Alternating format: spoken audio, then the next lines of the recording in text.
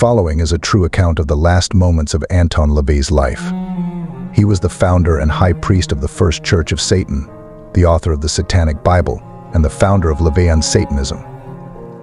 It's a little bit off subject, but the same kind of principle. I heard that, and I won't mention his name, but it was a big leader and founder of a huge satanic organization. And he was on his deathbed, and for a Satanist at the time of death, it's a great victory for them, because death is a huge thing that they celebrate. And he was getting ready to die and pass on his powers and that. And on his deathbed, he must have got some revelation or an angelic appearance or something, and he went into shock and he said, "Oh my. Oh my, what have I done?" He said, "There's something very wrong. There's something very wrong. There's something very wrong." Wow. And his whole life had been spent propagating these satanic beliefs, getting everyone to believe, establishing official organizations for Satanism. And then at the end of his life, he gets this light that comes to him, and everything that he built, he realized was wrong. Turn up, Gino.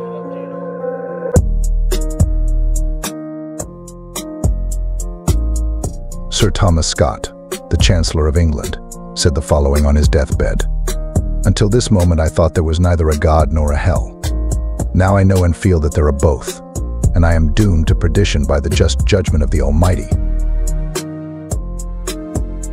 David Hume, atheist philosopher who's famous for his philosophy of empiricism and skepticism of religion, cried loudly on his deathbed, "I'm in flames." It said his desperation was a horrific scene. Voltaire, famous anti-Christian atheist, said on his deathbed, "I have swallowed nothing but smoke. I have intoxicated myself with the incense that turned my head. I am abandoned by God and man." He said to his physician, "I will give you half of what I am worth if you will give me 6 months of life." When he was told this was not possible, he said, "Then I shall die and go to hell."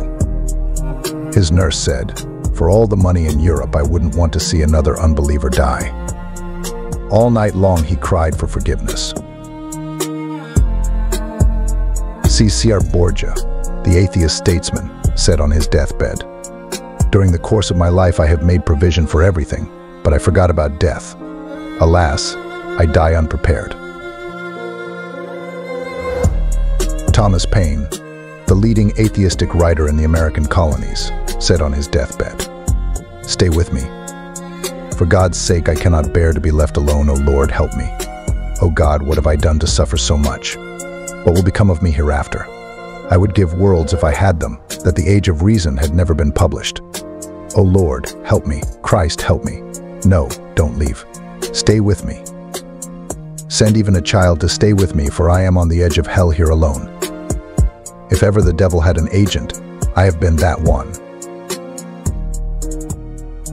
Napoleon Bonaparte, the French emperor, who, like Adolf Hitler, brought death to millions, said on his deathbed, "I die before my time, and my body will be given back to the earth. Such is the fate of him who has been called the great Napoleon. What an abyss between my deep misery and the eternal kingdom of Christ." What an abyss between my deep misery and the eternal kingdom of Christ. It's very easy to be an atheist when you have done all of that. Man can sit back and say, "I don't need God. What is God?" But it's very difficult to be an atheist when you're laying on your deathbed, because you begin to think, what if these people are right? See, there'd been one man by the name of Ron Short that has stood between me and the gates of hell. One man that had witnessed to me about the love of Jesus for 5 years before I became ill. One man. And, you know, I would debate him, and I liked him because he did what he said he was going to do. I mean, he was the only one that I saw that professed to be Christian, that lived what he said he was going to do. And so I really respected him. I didn't believe what he said, but I respected him. But when I'm laying on my deathbed and knowing that I'm going to die, guess who I thought about? I thought about, what if Ron is right? What if there is a heaven and a hell? And so the most immediately, the most pressing thought in my mind is, how do I get saved? What is saved? What is saved? How do I get saved? And so I sent them for Ron Short. I wanted him to come down because I wanted him to do what he had to do. I had no idea.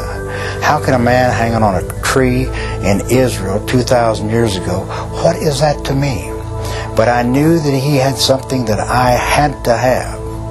And that night, see, I had him go for Ron, but Ron wasn't home. Ron was in Alabama. And so I had him go and send for Ron. And that night was the longest night that I've ever had in my entire life, before or since. And that night is, as I would be laying there in bed, as I'm laying there in bed, I would begin to fade away. I would begin to fade away, and as I would fade away, I would begin to go down. Now, it was like darkness. It was so dark. It was like the very darkness just penetrated into your very, very being. And as I left, and I can tell you I left my body, because I remember when I came back into my body. You know, I don't know where I was out of my body. Now, there are people that talk about a light.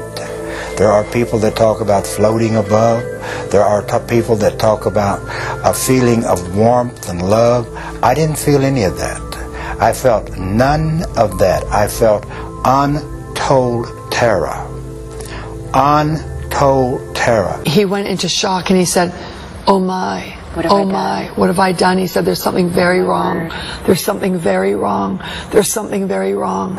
Because I knew that if I ever went all the way, if I slipped all the way, I would never get back. Now, in my beings of beings, I knew that. And so I fought all night long. They told me later on, I not only pulled the mattress cover off of the mattress, I pulled the mattress up on me because I had to stay. I had to wait. I had to wait till Ron got there. Whatever he had to do, I had to wait. But I would, again, and then I would leave, and I would be going down like a deep, deep, dark terror. Now, my skin began to get cold. Now, it's not like cold when you walk out into the air. It's like bone chilling cold in my lower extremities, and you can feel the coldness begin to come up the legs. And again, I would begin to leave. Now, and I would be in that darkness, and I'd be in that void. And I remember one time entering back in my body, because when I entered my body, it was like, just like that. I felt my body thud. My physical body thud when I entered back in. Now, believe me, that is the most horrifying, terrifying experience that I've ever encountered. And I fought all night long. And the next morning, somewhere 9:30, 10 o'clock, in came Ron. And Ron came in and he says, "Dr. Whittaker, what do they say is your chances?" I said, "Ron, they tell me I have none." He says, "Now's the time." And I said, "You're right." I mean, I'd cursed him, I'd spit at him, but now was the time, because I had to have whatever he had, because I had a short period of time on earth, and I didn't have any idea when I might make that trip and go all the way.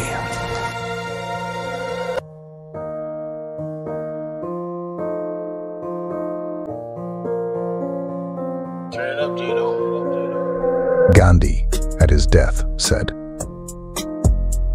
"For the first time in 50 years, I find myself in the slough of despond.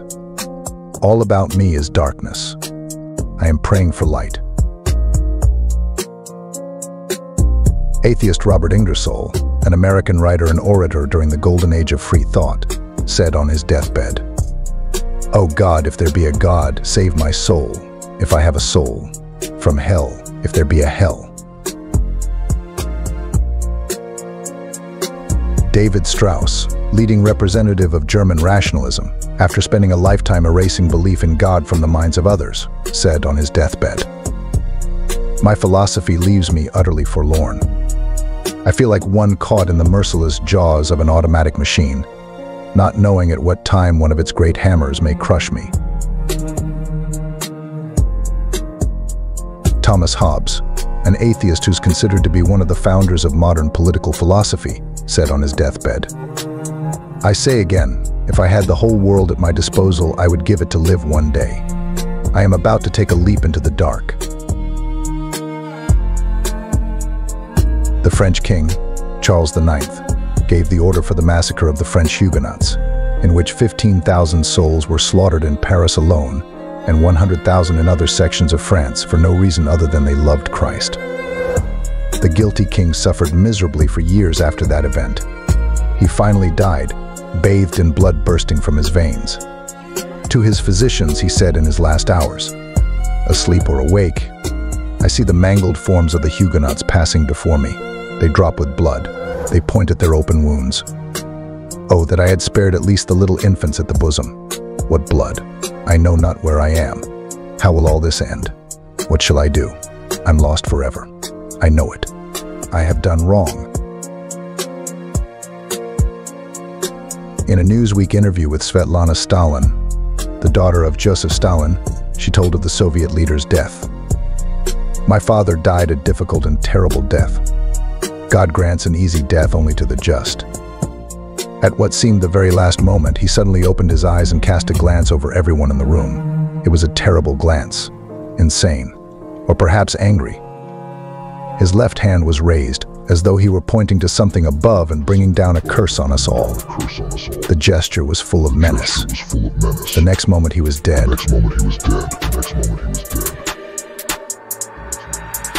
For perspective, compare these terrifying deathbed experiences from atheists with these last words from these saints of God. In 1 Corinthians 15, the Apostle Paul said, "Death is swallowed up in victory. O death, where is thy sting?"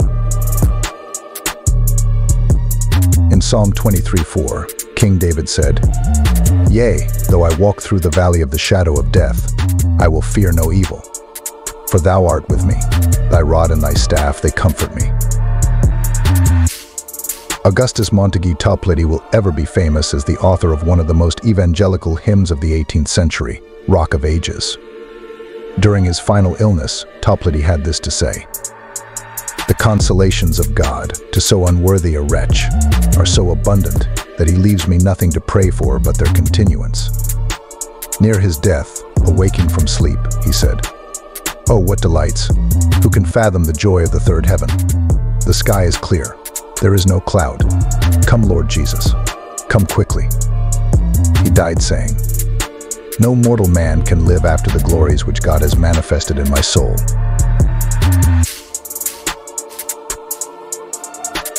Lastly, Jesus Christ said, "I am the resurrection and the life. He that believeth on me, though he were dead, yet shall he live." To wrap this video up, only fools never learn from history. And it's amazing that even in modern times, with all the information in the world available at our fingertips, anyone with a mind can still choose to devote his entire life to a delusion. No wonder the Bible tells us in Psalm 14:1,